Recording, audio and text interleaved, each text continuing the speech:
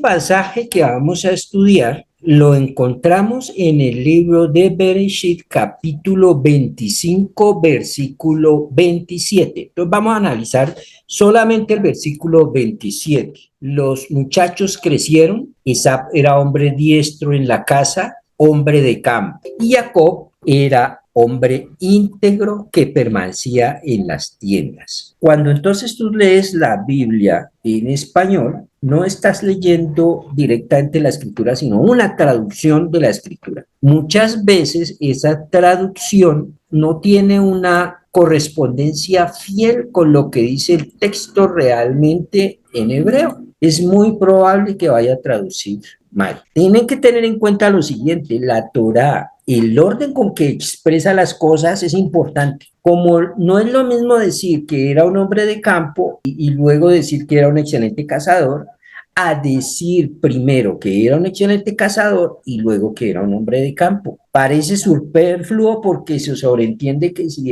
las dos cosas, si es cazador, pues es un hombre de campo. Pero precisamente el estudio de Rashi nos hace caer en cuenta en detalles. Dice Rashi: los jóvenes crecieron, todo el tiempo que fueron pequeños, no se distinguían entre sí por sus actos. No había tanta diferencia fuerte en su forma de ser todavía, y nadie podía precisar cuál iba a ser el carácter propio de cada uno. Pero cuando llegaron a la edad de 13 años, que es la edad justamente para la aceptación de los preceptos, ya que representa el momento en el que un niño pasa a la mayoría de edad. Entonces, justamente a los 13 años, dice Rashi, cuando hay que responsabilizarse por los mandamientos, es que empieza a haber la diferenciación entre los dos jóvenes. Pero cuando llegan a la edad de 13 años, Jacob se apartó de su hermano, yendo a la casa de estudio, mientras que Esab, por su parte, se apartó de Jacob para dirigirse a la casa de idolatría. ¿De dónde saca esa idea Rashi? De Bereshit Rabá 63:10. Y luego viene lo interesante de este versículo. Dice que primero que era Ish Yodea Said, hombre, y Odea se puede traducir como experto en algo, como alguien que sabe, aquel que atrapa, aquel que caza. Y luego dice Ish Sade es hombre de campo. ¿Qué es lo que le suena a Rashi acá raro? Rashi hace el análisis. Rashi hubiera dicho, era un buen cazador, era un hombre de campo, eso es lo normal. Pero Rashi, ¿qué es lo que le suena raro? Rashi dice, ¿por qué dice la Torá que era un hombre diestro en la casa? Y luego dice era un hombre de campo. Se sobreentiende que si era un hombre de campo es porque era cazador. Entonces, ¿para qué la Torá utilizó la frase diestro en casa? Un hombre que sabía cazar, un hombre que sabía atrapar. Algo quiere decir la Torá, nos quiere decir enseñar la Torá cuando coloca esta frase primero que la del campo.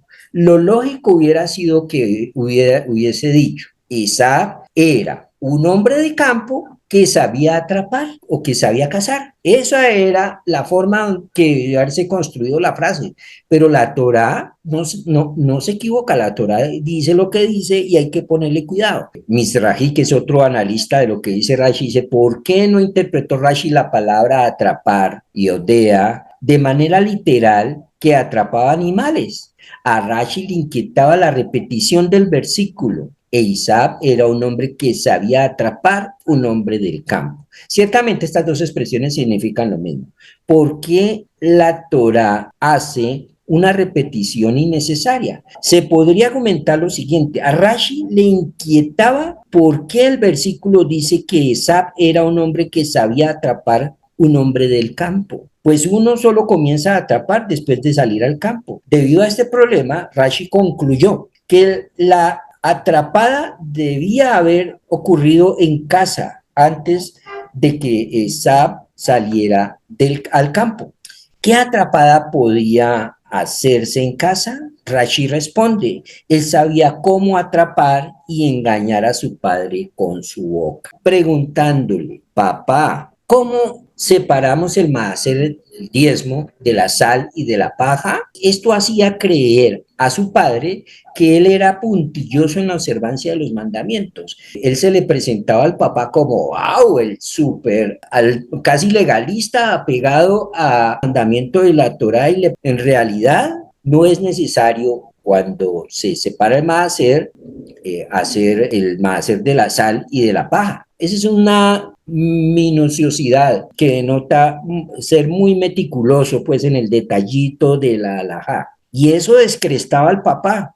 Es decir, que una de las cualidades de Esab era que sabía utilizar las palabras para atrapar a los hombres. Era, en conclusión, un cazador de hombres, un gran hablador, un tipo que utilizaba muy bien el habla para poder convencer a los demás. Una de las cualidades de Esab, fuera de otras que tenía, cualidades negativas, ¿no? Que tenía, por ejemplo, ser un tipo agresivo, un tipo que llegó a ser asesino, es que él además tenía una capacidad de labia para convencer a los demás. Sabía dónde decirle a la gente lo que quería que le dijera. Esto que vemos, que parece algo maravilloso, ¿no? Que uno se sepa expresar y hablar y convencer a otros, puede ser bueno si yo me dedico a las ventas, pero puede ser malo si al dedicarme a ello estoy convenciendo a otros que compren algo que no necesitan, por ejemplo, que los estoy engañando. De la misma manera que me compren ideas que no les sirven, pero que me sirven a mí, que soy el que les estoy hablando. Esa cualidad es una cualidad negativa y es una cualidad dañina que debemos erradicar. La habilidad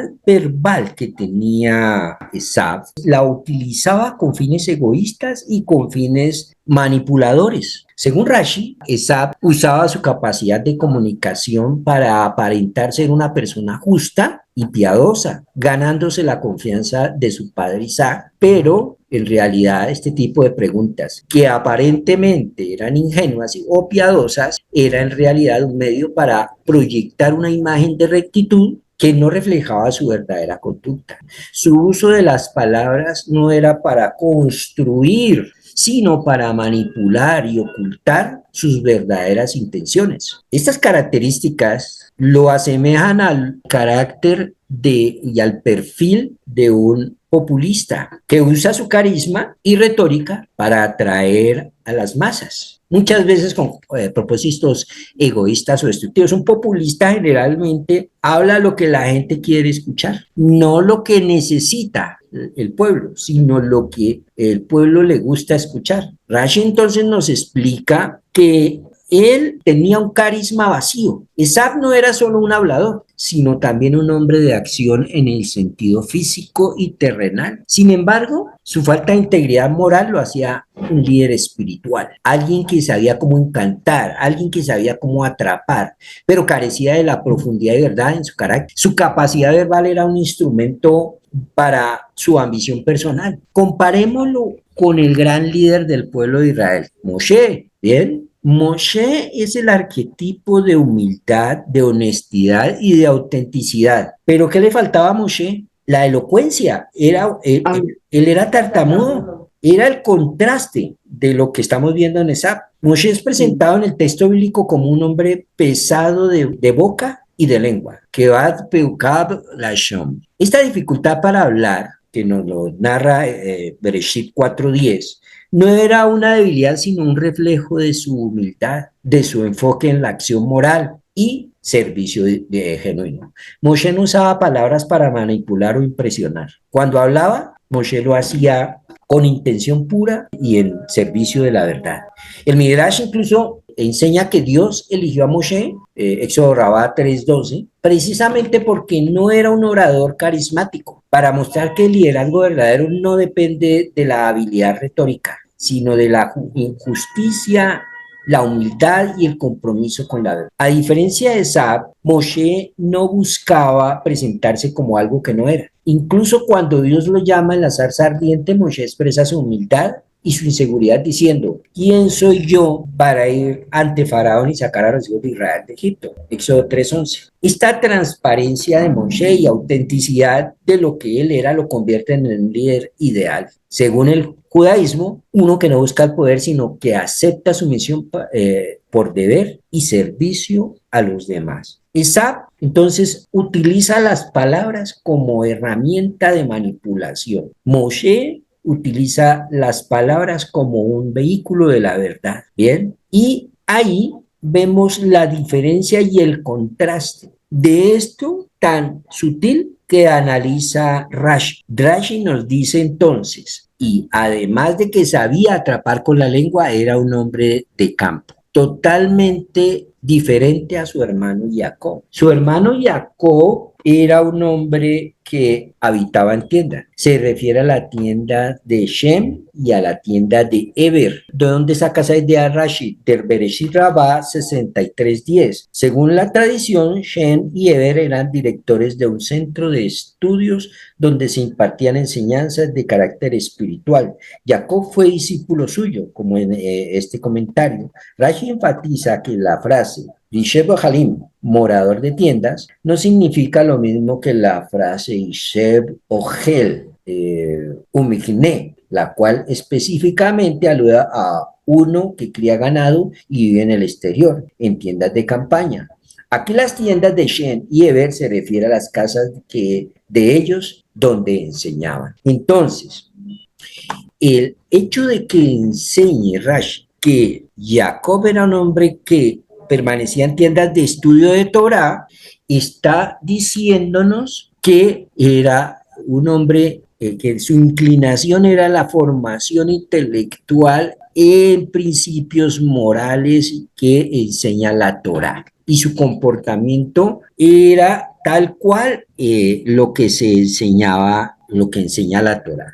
Mientras que el comportamiento de Zap es totalmente diferente, un hombre dedicado a la acción, a estar cazando, estar convenciendo a otros, y por eso a él lo seguía mucha gente, a Zap lo seguía mucha gente, llegó a tener un ejército grandísimo y a atraparlos con sus mentiras y con su carisma. El tener carisma no necesariamente es una cualidad positiva. Utiliza ese carisma para bien, maravilloso, pero si lo utiliza para manipular a otros, totalmente nefasto. Pero eso fue mucho tiempo después. Bien.